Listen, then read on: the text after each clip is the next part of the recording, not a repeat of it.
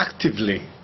I believe that there should be another ways of having the engagement of those that really are moving the interest of the world in order to fulfill another goals, nothing that relates with health and education.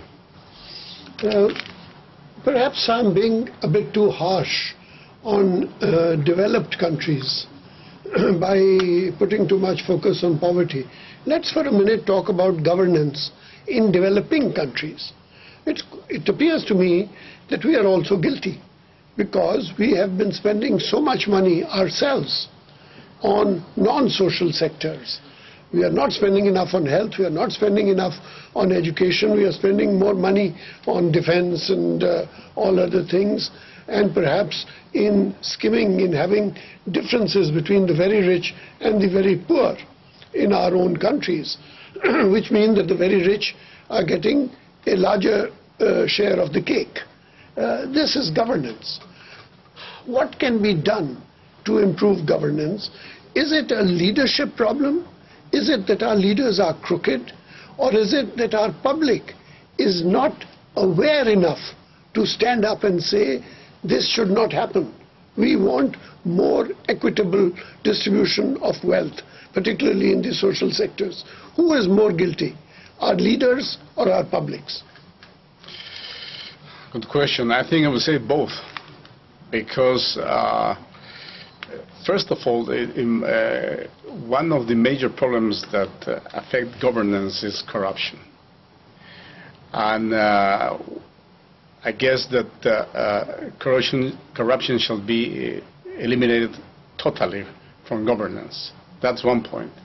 In the other point, I think people that go to do the polling,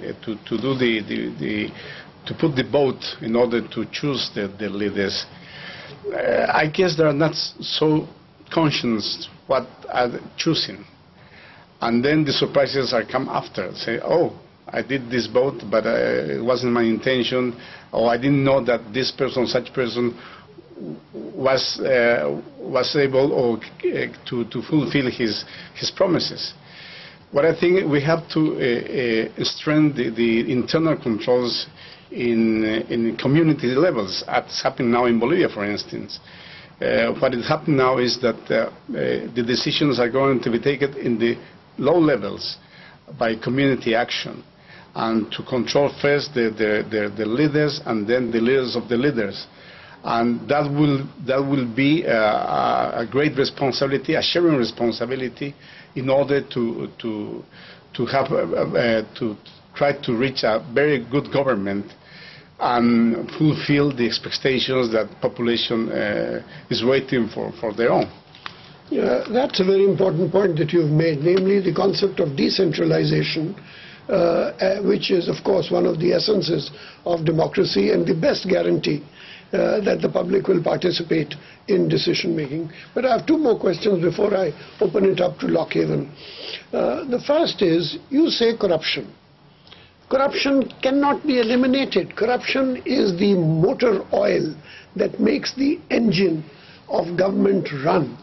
It is not possible to eliminate corruption. Everybody loves corruption. Don't forget that the developed countries are the ones who are the most corrupt because they are the ones with the money. And they are giving the money to the developing countries, and they want corruption because that way decisions can be influenced by them and their lobbyists. So corruption, I think we should forget the idea of eliminating corruption. It's a lubricant, and lubrication is important in life. Number two, I do want to ask you one specific question, and this is on rights of the child. The United States has not signed the rights of the child. And the only other country that has not signed is either Sudan or Somalia, one of the two. Now, what type of company are we keeping here in the United States? And what, in your personal opinion, why do you think the United States is not signing on to the rights of the child? Two questions for you, sir. Concerning the first question relating to corruption,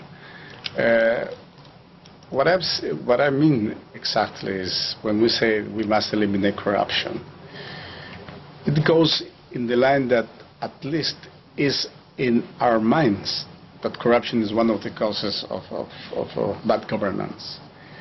And I think we have to keep that idea on our minds in order to educate ourselves as well. Corruption comes even from the top to the low levels. Definitely, it's a fact. But if we can do something in order to gradually go in to put it away corruption, then things and more control, more stricter control, then I think somehow we can have more good governance. Concerning the second question, I'm not in condition to express an opinion about it because it's an internal affair of the United States. No, come on, be brave. And because my situation don't allow me to make even a personal opinion, fully respect of internal decisions, and it's according to the sovereignty of each country. Each country has their own decisions to do what they feel it's correct to do or not, or what decisions should be taken, or what agreement should be signed. When we're talking about human rights instruments, practically most of those instruments weren't signed for even developing countries because they have their internal reasons. So in the case of the United States, I guess they have their own, the government has the reasons in order not to sign this agreement. Yes, but everybody has signed, except 2 countries. It's quite remarkable.